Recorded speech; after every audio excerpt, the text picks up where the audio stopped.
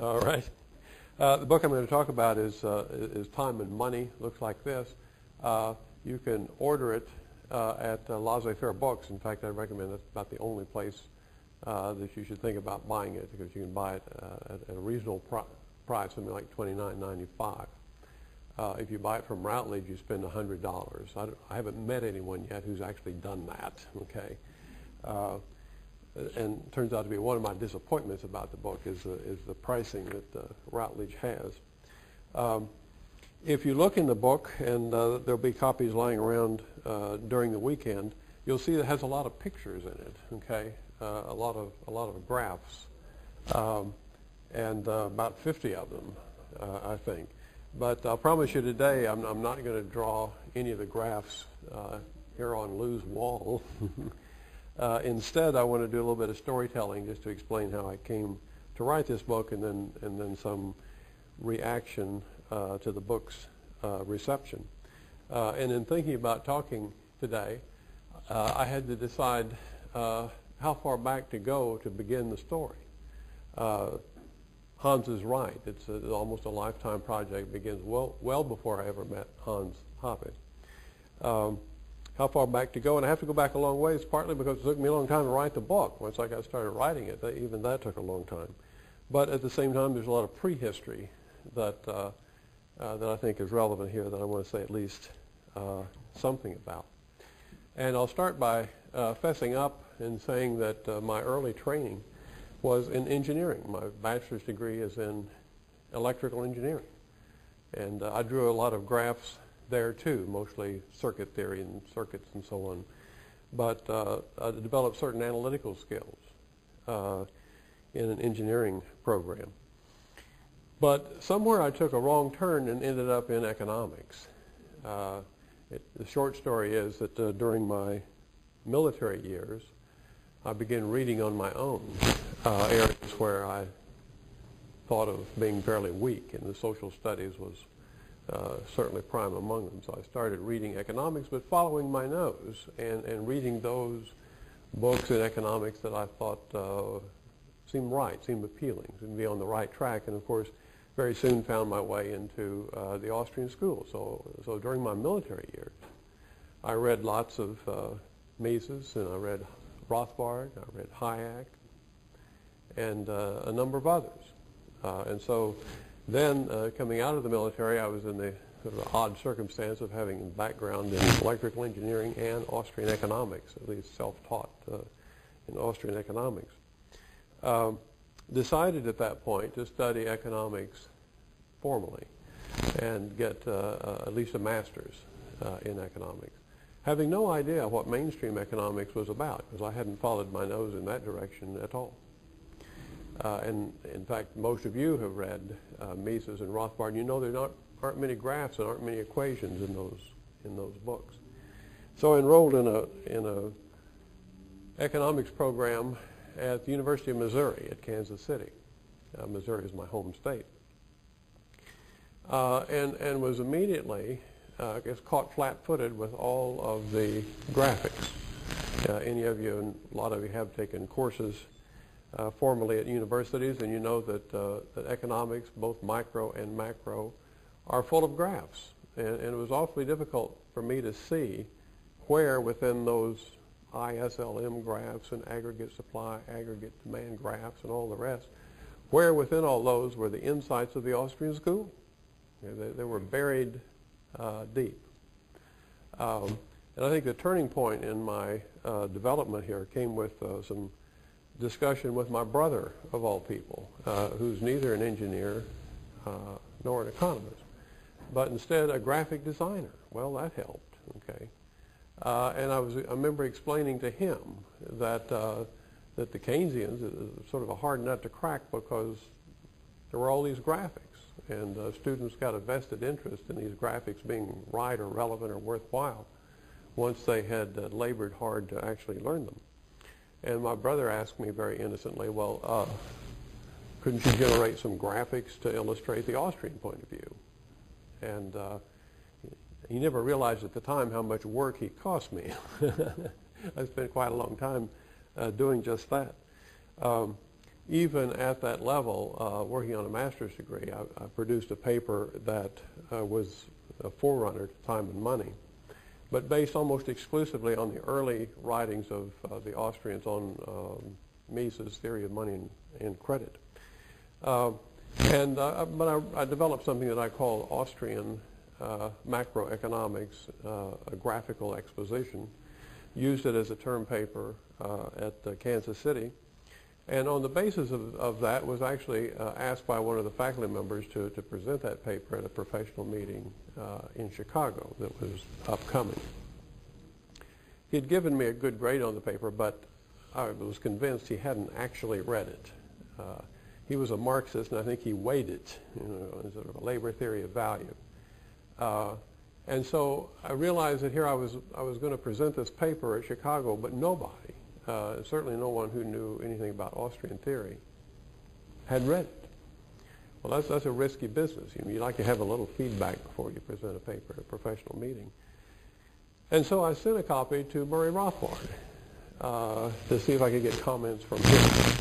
Well, it turns out that Rothbard was delighted with the paper, not because he loved the graphical analysis, but he perceived it as a way of beating the opposition at their own game, okay, of using the graphs like the Keynesians do, but telling the Austrian story. And I got a phone call from Joey Rothbard, who asked me that I planned to be in New York anytime soon, that Murray would like to talk to me if I had any such plans. Well, I had no such plans, and so I said yes. I'll be there over spring break, which was just upcoming. And so I went to New York, and this was in March of '73. So we have to go back at least that far, you see, to tell the story. But went to New York in March of '73 and met with Rothbard, and he had invited a number of budding Austrian economists over to his apartment to discuss the graphical paper. And I'm reminded of this episode, reminded very vividly just in the last couple of days, because Murray also invited me the next day. He said that he was going to do a book signing at Laissez-faire Books. His For a New Liberty had just come out, and why didn't I stop by Laissez-faire Bookstore down on Mercer Street in Lower Manhattan? And I did. At the time he was signing books there. Well, Jeff Tucker just posted yesterday a photograph, turns out, that was taken that day at Laissez-faire Books. I didn't know any pictures were taken that day, but a photograph where he was trying to identify who's this guy with Murray, okay? I must have aged that much since 1973 that Jeff couldn't recognize. But who's this guy with Murray? Well, of course, it was me. And it's a photograph that's posted now to the Laissez-faire Books website as one of the photos in their gallery on the occasion of their 30th anniversary. They're showing the early years, you see. So anyhow, it all started back at least that far. This was also a year, 1973, if you know the sort of modern history of the Austrian resurgence, just before Austrian economics got off the ground again. 1974 was what became the famous or notorious, depending on your point of view, Austrian conference at South Royalton, where there were lectures by Rothbard and Kirzner and Lachman. And as a result of my trip to New York, I was invited to that. And there were several conferences. That one, the next year there was one at Hartford, Connecticut, and the following year one at Windsor Castle in England. And by the time we got to Windsor Castle, I had rewritten this paper on a graphical exposition of Austrian macroeconomics and presented it at Windsor Castle. And it was subsequently published as part of the conference volume. And it was also published as a monograph by the Institute for Humane Studies. It's called Austrian Macroeconomics, very thin volume, as you can see. Mostly graphs, okay, just a few words between the graphs. That was published in '78. Now, the reaction to this monograph is pretty easy to tell. The short story is that I got some hate mail because of it. An Austrian economist actually drawing graphs. This was viewed as a sacrilege to Mises and so on. But I got some positive response too. sometimes among engineers who had turned their attention to economics. Well, it's a long road then between the monograph itself and the book. But just a number of years ago, well, 1992 I think it was, I was asked by the editors of the Routledge series to write a book-length treatment of Austrian macroeconomics. The editors are Mario Rizzo at New York University and Larry White, now at the University of Missouri at St. Louis. So I literally began on this book in 1992. But it was a slow process, and it moved forward with fits and starts. In 1997, I managed to get a sabbatical from Auburn to take some time to work on the book. But almost at the same time I got the sabbatical, I got an invitation to deliver the Ludwig Lachmann Memorial Lecture in Johannesburg in South Africa in September of that year. And I decided I would do that, and to make the effort pay, I would write a lecture that would also become a chapter of the book.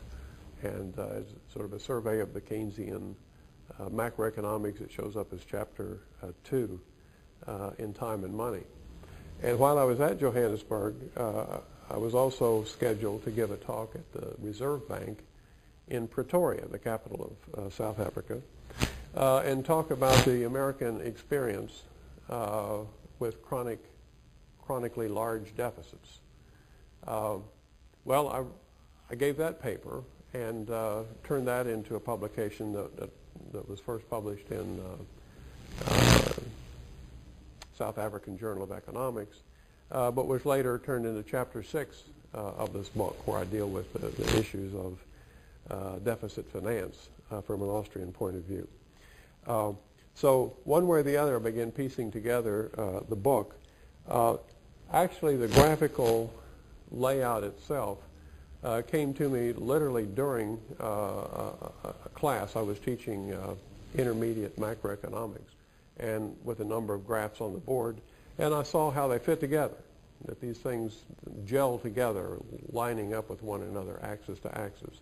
So I fit them together on the board to tell the story of business cycle theory. And from that came the basic graphical model in the book. I had written a forerunner article in '84 for the Journal of Macroeconomics, which carried the title Time and Money. And at that point, the title was a takeoff on an idea that I got out of Hayek's Pure Theory of Capital, where Hayek talked about money being something of a loose joint in the system, that it created a loose joint that you wouldn't see in, say, a system of pure barter, because you could trade one thing without immediately getting another. Money served as an intermediary. And because of that looseness of the joint, it made the equilibrating mechanism subject to disequilibrium on an economy-wide basis, certainly if ill-conceived policies were being pursued by the monetary authority. And Hayek exploited very briefly this idea of money as a loose joint. That was in his book on capital theory, where the looseness of the joint became particularly significant in a capital-using economy, where people had to commit themselves to long-term projects well in advance of seeing who and when people might actually be willing to spend money on the output. So my title, Time and Money, which was used in that early article, became the title of the book. And in truth, in the book itself, there's only 2 chapters, 3 and 4, that come directly from that article or that are related to it in any substantive way. But nonetheless, I kept the title Time and Money and let the subtitle be maybe a little more informative. It's called The Macroeconomics of Capital Structure.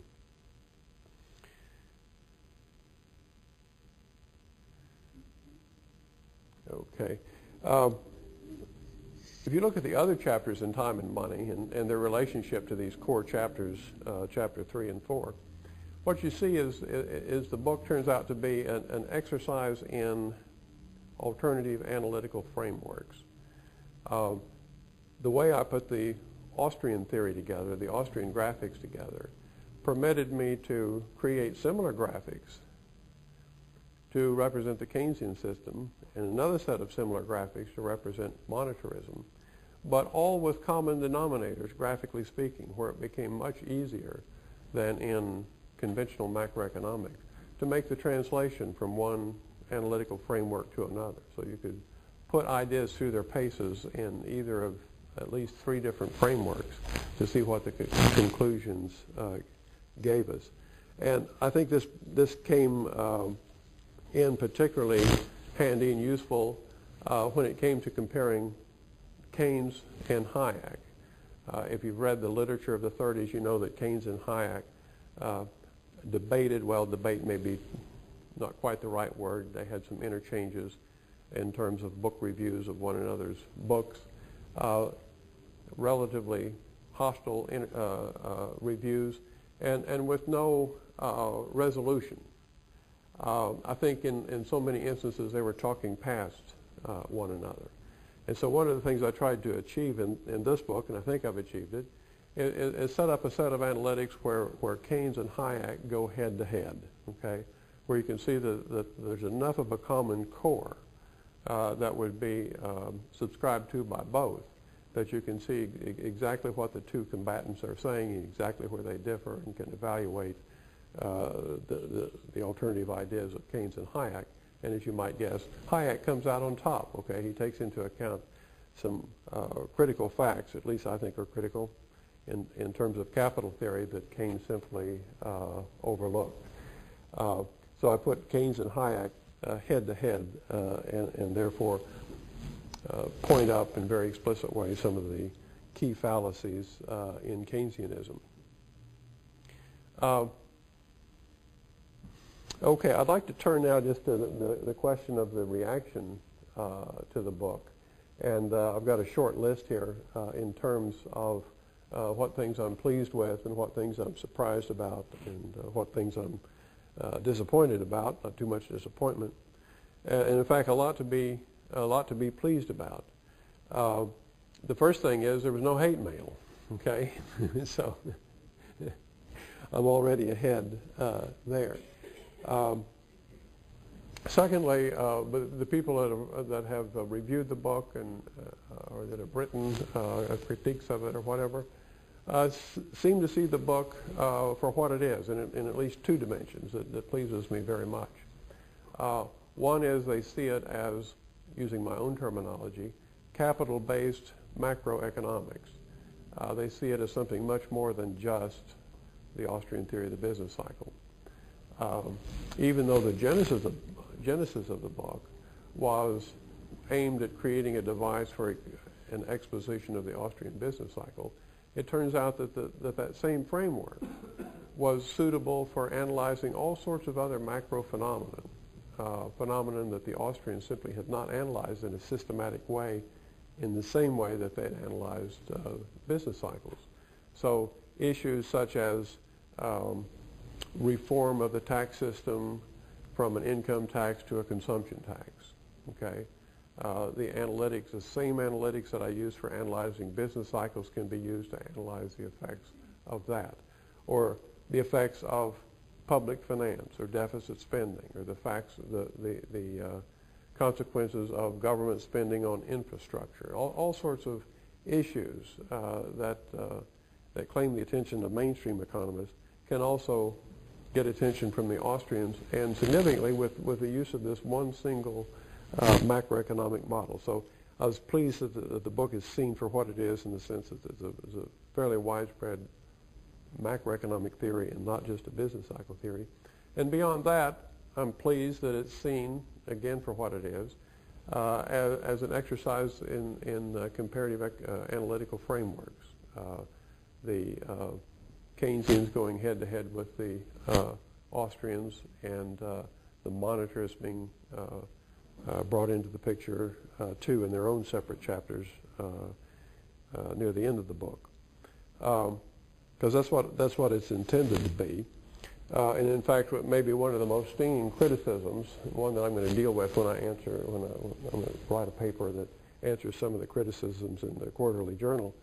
One of the authors said that I had exposited Keynesianism a little better than I exposited Austrianism. And he went on to suggest that I'd left a chapter out of the Austrian formulation. And by that he meant that with the Keynesian system, I had developed the Keynesian framework. I'd put it through its paces in terms of business cycles and policy recommendations. And then I had a separate chapter in the Keynesian section on social reform, the kind of reform that Keynes advocated. But in the Austrian chapters, I left out that chapter on social reform. Okay, I had the Austrian framework. I put it through its paces as far as policy recommendations go, but I didn't include a chapter on social reform. What would the Austrians like to see? Sort of an overall wholesale reform of the system. And I did that. I left that out knowingly so because I think that in itself would have required another book-length treatment, and because there's a lot of diversity even within the Austrians about just what the nature of that reform should be. One thing that pleases me a lot about this book is the response from students. I've begun using the book, or at least large parts of it, in teaching upper-level undergraduate macroeconomics. And what I discover is that the students catch on to this particular layout of the macroeconomic issues much more readily, much more easily than they catch on to the Keynesian or monetarist or the analytics that they find in the conventional textbooks. So that pleases me. I've had responses on the basis of the book partly, and on the basis of some newspaper articles that I've done from readers. And what I've detected is that I get a particularly positive response from people who are actually in the real world as opposed to academics, okay? And people who are in the world of finance. And I'll have emails from somebody that starts out saying, well, now, I manage a hedge fund. And then he goes on to explain how he uses the model in time and money to do what he does, okay? And I read that with great interest because I have no idea what a manager of a hedge fund does. I don't understand just what all goes on there. But I'm pleased to know that these people who find ISLM and aggregate supply, aggregate demand utterly worthless find utility in time and money. I don't know if I want to say pleased, I'll say amused with one development, and that is that someone in the International Monetary Fund has written a working paper on the Austrian theory of the business cycle and the insights offered therein. And a fellow named Stephen Oppers, he advertises himself as, quote, in the European office. You know, Europe's a big place. He could have pinned it down, but in the European office. And it's posted to the web. If you go into the IMF website, you can find your way to it fairly easily. He cites time and money fairly prominently. And actually, as I read Hopper's article, I could tell that his article is, I have to say, virtually a Reader's Digest version of my Chapter 3 in Chapter 4. He borrows the particular analytical tools. He borrows the phraseology and the wording and so on. There's a lot there that's time and money writ small, okay, in a working paper. I haven't seen the IMF interested in Austrian theory in a long time, okay, and so it's nice to see interest even in those quarters.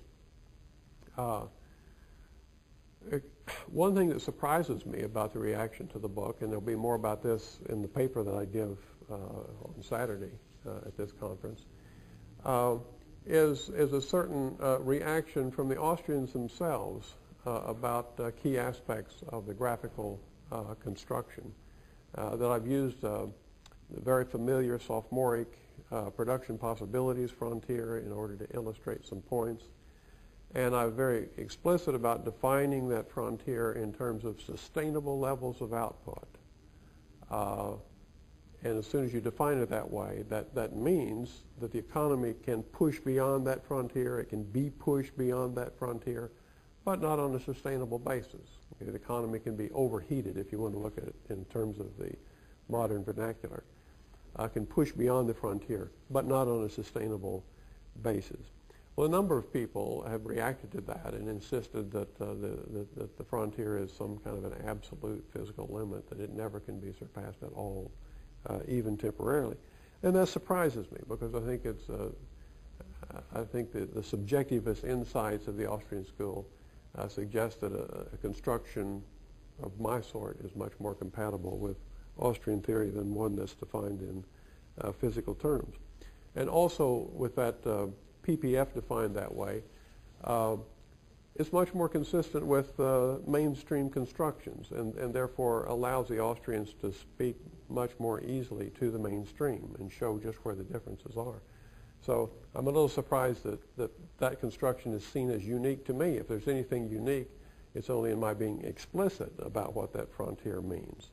But if you look in the normal textbooks, you can easily read between the lines and to see that the conventional PPFs are defined in that way too. Typically, the PPF is defined as being combinations of the output of consumption goods and capital goods that are consistent with full employment. Okay, well, yeah, that's what it is. But full employment doesn't mean 100% full. Okay, it allows for some slack in the system, some 5 or 6% unemployment, and certain policies can push that unemployment level down to the 4% range and cause output to be even higher than the one associated with that PPF. So even though it's questionable in the view of some Austrians and is criticized on the basis of the constructions, it's very consistent with mainstream in that sense. And finally, I'll conclude. I shouldn't be concluding with disappointments, should I? But I will. And maybe to say first that there aren't many disappointments. Okay, that I'm basically very pleased with the way things have gone. Probably my biggest disappointment is that I can't get Routledge to put the thing in paperback. I think that there's all sorts of scope for having this book adopted as a textbook. In fact, some people already have. I could name several universities where this book is used as a text, either at the entry-level graduate level or upper-level undergraduate. But until it's out in paperback and affordable even from Routledge, there won't be many adoptions, and Routledge is resistant to that. Routledge has a very idiosyncratic marketing strategy, which involves not printing books. So it might mean I chose the wrong publisher. Okay, I'm willing to concede that. And at this point, there hasn't been much in the way of reviews of the book from the mainstream. Although that takes time, and I'm patient. Okay, I think those things might come, but I will add that there's been many more reviews and articles from people within the Austrian School, and that's been very gratifying. Posted to the Mises website, reviews by David Gordon and review by Richard Ebeling. And in a recent issue of the Journal of Austrian Economics, a symposium devoted to time and money with quite a few papers by Austrians commenting on time and money. So in spite of being disappointed by the lack of mainstream reviews, I'm very gratified with the kind of reviews that I actually have gotten. Okay, thank you very much.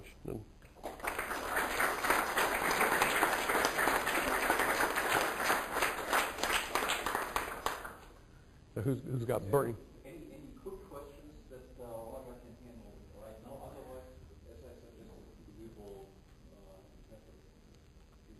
open questions after the entire session is over. But maybe one or two questions.